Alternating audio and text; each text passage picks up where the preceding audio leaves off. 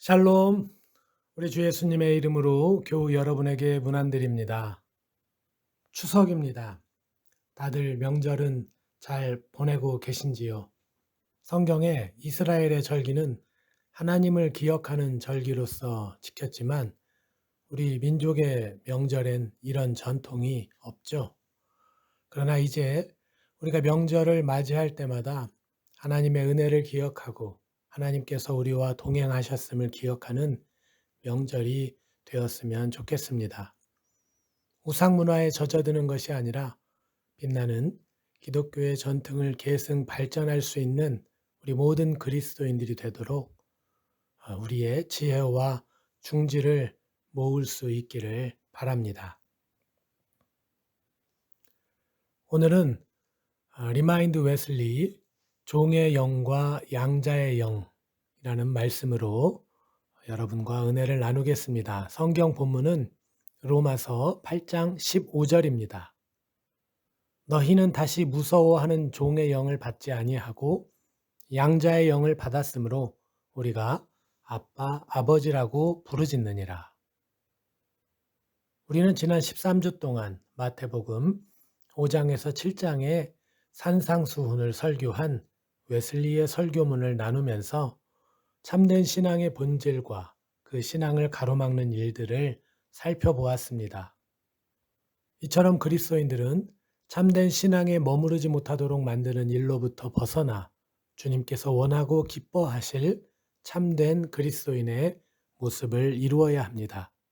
그리고 이러한 삶의 여정은 우리 생에 마지막 호흡이 닿을 때까지 있을 일이겠죠. 오늘 우리는 종의 영과 양자의 영이라고 하는 웨슬리의 설교문을 만나는데요. 이 또한 우리로 하여금 거짓된 신앙이 아니라 참된 신앙에 이르도록 독려하는 말씀이라고 하겠습니다. 자연적 상태의 인간과 율법 아래 있는 인간의 모습이 어떠한지 깨닫고 은혜 아래 있는 사람을 소망하면서 참된 그리스도인의 범주에 들라는 메시지이기 때문이죠. 다음은 오늘 웨슬리 설교문의 결론 부분입니다. 그리스도의 이름으로 부름받은 여러분이 높은 부르심의 목표에 도달하지 못하는 일이 없도록 조심하십시오. 선량한 그리스도인이라고 불리는 저 많은 사람들과 함께 자연인의 상태에 머물거나 존경받는 자들이 그 정도 선에서 만족하고 죽어가고 있는 저 율법적 상태 안에 머무는 일이 없도록 조심하십시오. 하나님께서 여러분을 위해 더 좋은 것들을 준비해 놓으셨습니다. 여러분은 마귀처럼 두려워하고 떨기 위해서가 아니라 하나님의 천사들처럼 기뻐하고 사랑하기 위해 부름받았습니다. 인간을 연구하는 일들은 많은 발전을 이루었습니다. 생물학은 물론 심리학 분야에서도 많은 연구 성취가 있었죠. 특별히 사람의 성격 유형에 대한 연구는 사람들의 호기심과 흥미를 충족시켜 주었는데요. 그래서 현대 지성인들은 자신의 성격 유형이 어떠한지에 대해서 대체로 파악하고 있는 것 같습니다. 사람들이 이렇게 자신이나 타인의 성격 유형을 공부하고 파악하려고 하는 이유는 객관적인 정보를 얻음으로 타인이든지 자신에게든지 잘 대응하기 위함입니다. 자신의 약점은 보완하고 장점은 극대화하기도 하고 타인의 성격을 파악함으로 상호 협력이나 교류에 유익이 되기를 기대하기 때문입니다. 이렇게 자신과 타인의 성격을 파악하는 것이 아주 유익하다고 생각하기 때문이죠. 오늘 웨슬리의 종의 영과 양자의 영 설교문은 인간의 유형을 구분하고 있습니다. 자연적 인간, 율법 아래 인간, 은혜 아래 인간. 이런 구분을 하게 된 것도 역시 사람들이 자신과 타인의 신앙 상태를 객관적으로 확인하기 쉽도록 도식화한 작업입니다. 그래서 자신의 신앙 상태를 확인함으로 자신의 부족한 신앙적인 면을 깨닫고 채울 수 있도록 도전을 주려는 것입니다. 그러므로 오늘 우리도 우리 신앙 상태를 확인할 수 있기를 바랍니다.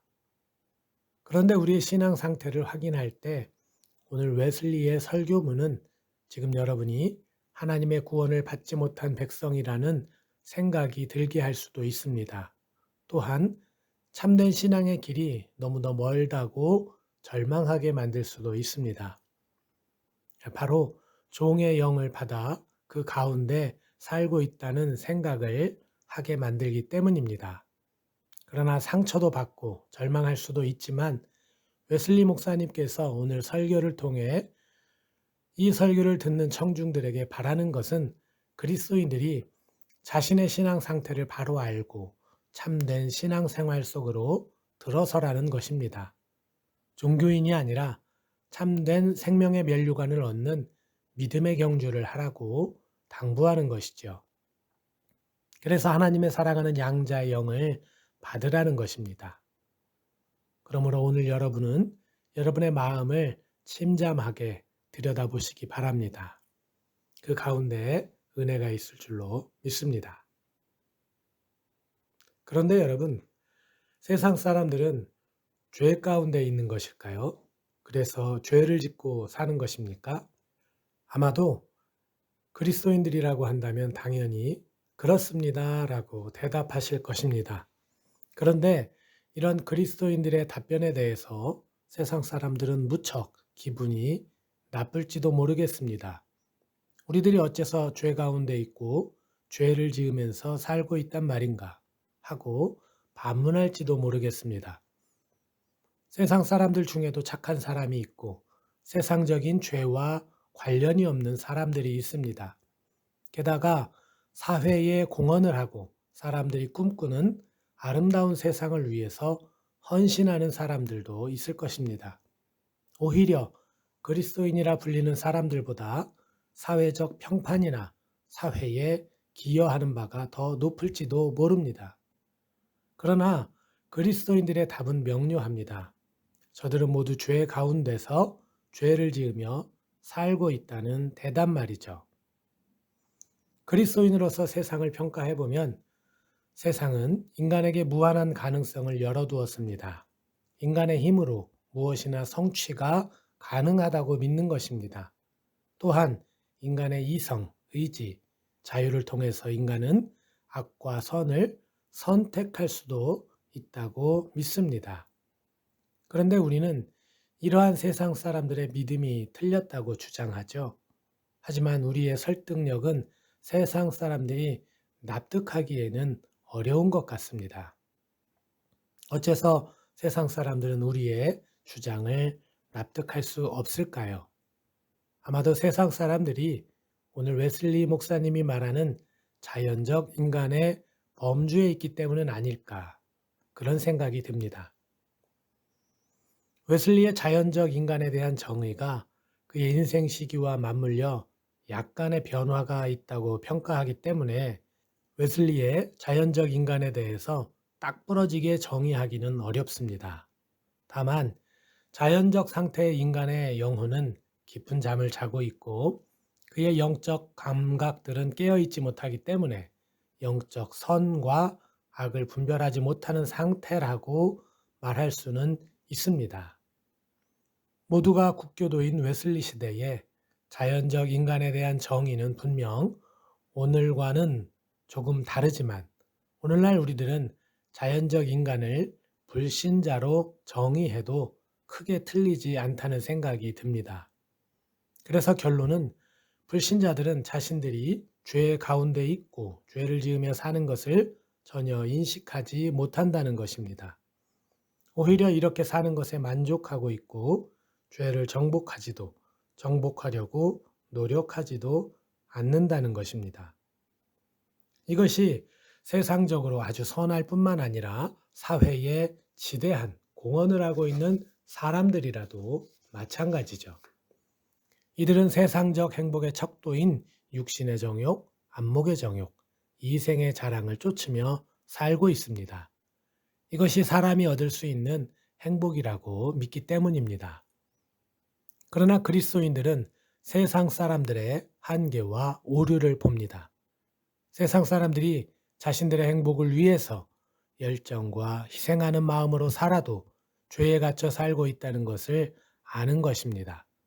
세상 사람들이 아무리 고고하게 살아도 그들이 죄 가운데 있고 죄인이라는 것을 말이죠. 그렇다면 그리스도인들은 무엇으로 이것들을 알아보게 되는 것일까요? 바로 하나님 때문입니다. 하나님이라는 존재 말이죠. 하나님을 만나고 하나님을 알게 되면서 이러한 사실을 깨닫게 되는 것입니다. 하나님의 존재가 세상 사람들이 죄 가운데 있다는 것을 증명하는 것입니다. 그런데 그리스도인들이라 해도 하나님을 알므로 죄의 세상을 인식했음에도 불구하고 하나님의 모습 중에서 한쪽 면만 보는 사람들이 있습니다. 바로 두려운 하나님의 모습입니다. 그래서 웨슬리가 이런 말을 합니다. 이제 그는 위대하시고 거룩하신 하나님께서 눈이 정결하심으로 악을 참아 보지 못하시는 분임을 분명히 깨닫습니다. 하나님께서는 그에게 반역한 모든 자들에게 복수하시는 분이시며 그 앞에서 악을 행한 자들에게 보복하신다는 것을 분명히 깨닫습니다. 살아계신 하나님의 손에 떨어지는 것이 두려운 일이라는 것을 분명하게 깨닫습니다. 여러분, 우리가 하나님을 알고 깨닫는 것은 너무나 좋은 일입니다. 그런데 하나님 앞에 우리 자신이 그대로 노출되는 것은 너무나 두려운 일입니다. 자신이 벌거벗은 채로 하나님 앞에 서 있다고 느끼기 때문입니다. 감추고 싶은 자신의 치부가, 죄가 그대로 노출되기 때문입니다. 그 두려움 때문에 사람들은 하나님의 용서와 자비를 구합니다. 그리고 어떻게 해서든지 이제 하나님 앞에 죄를 짓지 않으려 노력도 하게 됩니다. 하나님 앞에 죄를 짓지 않고 사는 방법이 성경에 나타나 있기 때문입니다. 그렇죠. 하나님의 법을 지키면 된다고 생각하는 것입니다. 그런데 전능하시고 거룩하신 두려운 하나님을 만나 그 앞에서 흠이 없기 위해 죄를 짓지 않기 위해 분투하는 삶은 자칫 자신을 속박하는 삶을 살게 합니다. 그래서 이러한 삶은 참으로 곤고하죠. 이런 삶을 아마도 저를 비롯한 많은 그리스도인들이 경험한 신앙생활이라 생각합니다. 하나님의 법을 지킴으로 신앙생활하는 것이 고단하기도 하고 또 쉽게 그 의미를 잃어버리기 때문입니다. 많은 분들이 이런 생각, 경험을 하지 않으셨나요? 주일마다 교회에 예배를 드리기 위해 오는 것이 고단하고 귀찮아지는 것입니다.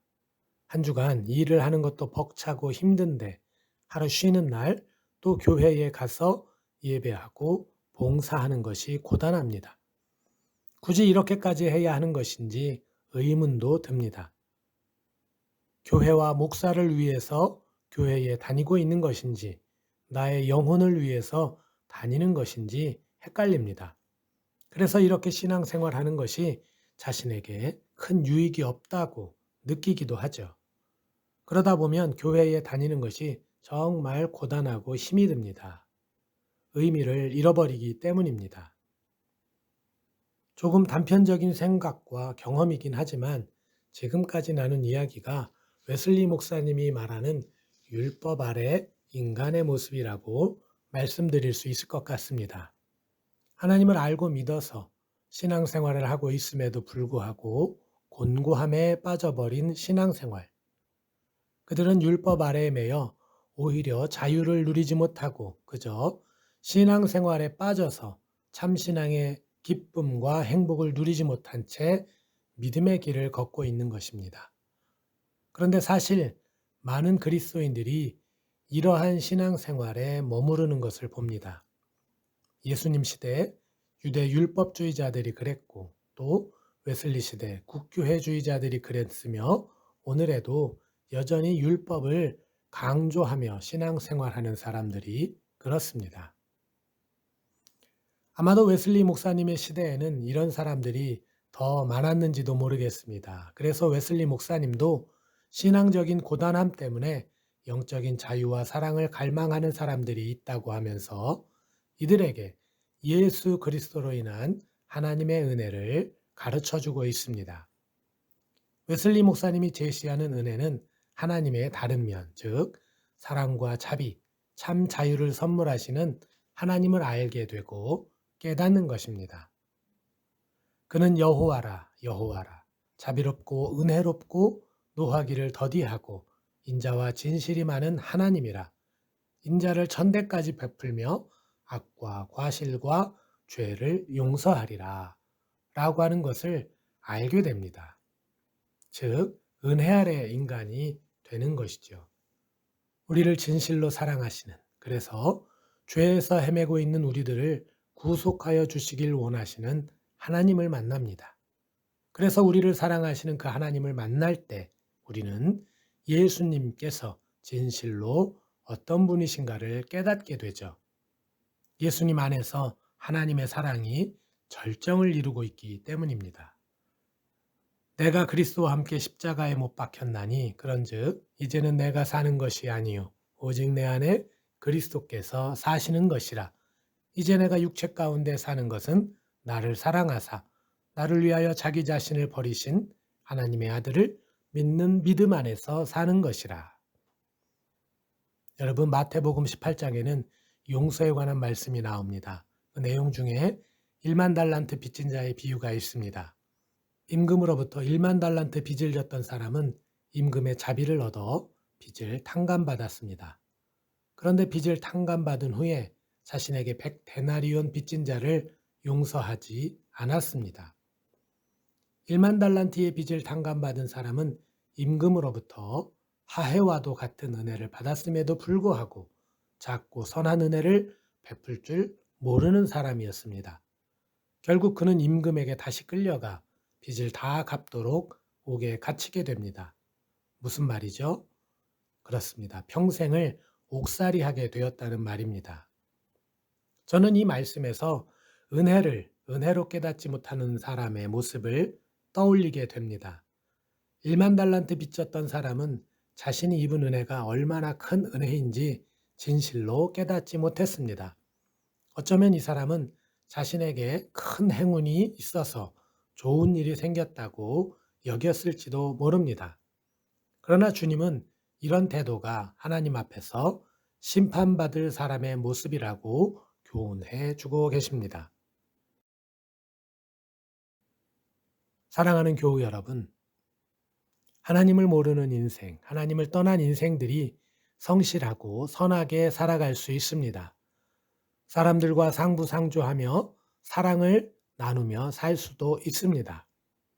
그러나 그리스도인들은 그러한 삶도 충분히 아름답지만 예수님을 통해 하나님을 만나 진실한 사랑을 마주하고 참 사랑을 나누는 것이 더욱 값지다는 것을 알게 됩니다.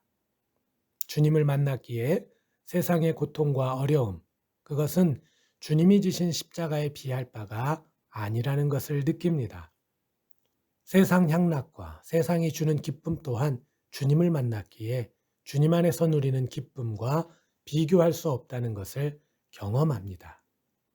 하나님을 믿고 섬기는 행동들이 우리를 고단하게 만드는 속박이 아니라 주님을 만남으로써 우리는 그것이 우리의 기쁨이고 또 우리를 자유롭게 하며 주님을 더욱 사랑하게 만드는 사랑임을 알게 됩니다. 여러분, 사랑이 대단히 특별해 보입니다. 그러나 알고 보면 사랑은 우리 인생 한 호흡 한 호흡 안에 녹아있는 것이어서 그렇게 우리가 특별한 느낌을 갖지 못합니다. 알고 보면 사랑이 우리 삶 속에 있기 때문입니다. 그런데 사랑은 특별하지 않으면서도 사실은 굉장히 특별한 덕목입니다. 누구나 그리워하고 목말라 하는 것이죠. 이제 그 특별한 삶을 사는 것, 사랑을 누리는 것, 그것은 바로 우리 주 예수님 안에서만 가능합니다.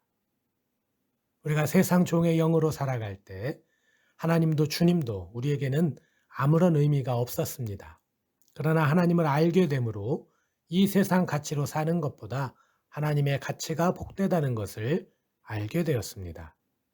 그러나 진실로 이 가치들이 우리 속에서 호흡이 되는 것은 주님을 만날 때입니다. 주님께서 우리의 주인이 되시고 우리의 생명과 길이 되실 때입니다. 우리는 그곳에서 사랑을 누리고 자유를 만끽하며 세상과는 비교할 수 없는 주님의 안식과 평화를 누리게 되는 것입니다.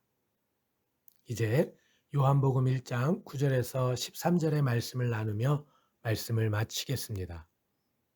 참 빛, 곧 세상에 와서 각 사람에게 비추는 빛이 있었나니 그가 세상에 계셨으며 세상은 그로 말미암아 지은 바 되었으되 세상이 그를 알지 못하였고 자기 땅에 오매 자기 백성이 영접하지 아니하였으나 영접하는 자 곧 그 이름을 믿는 자들에게는 하나님의 자녀가 되는 권세를 주셨으니 이는 혈통으로나 육정으로나 사람의 뜻으로 나지 아니하고 오직 하나님께로부터 난 자들이니라.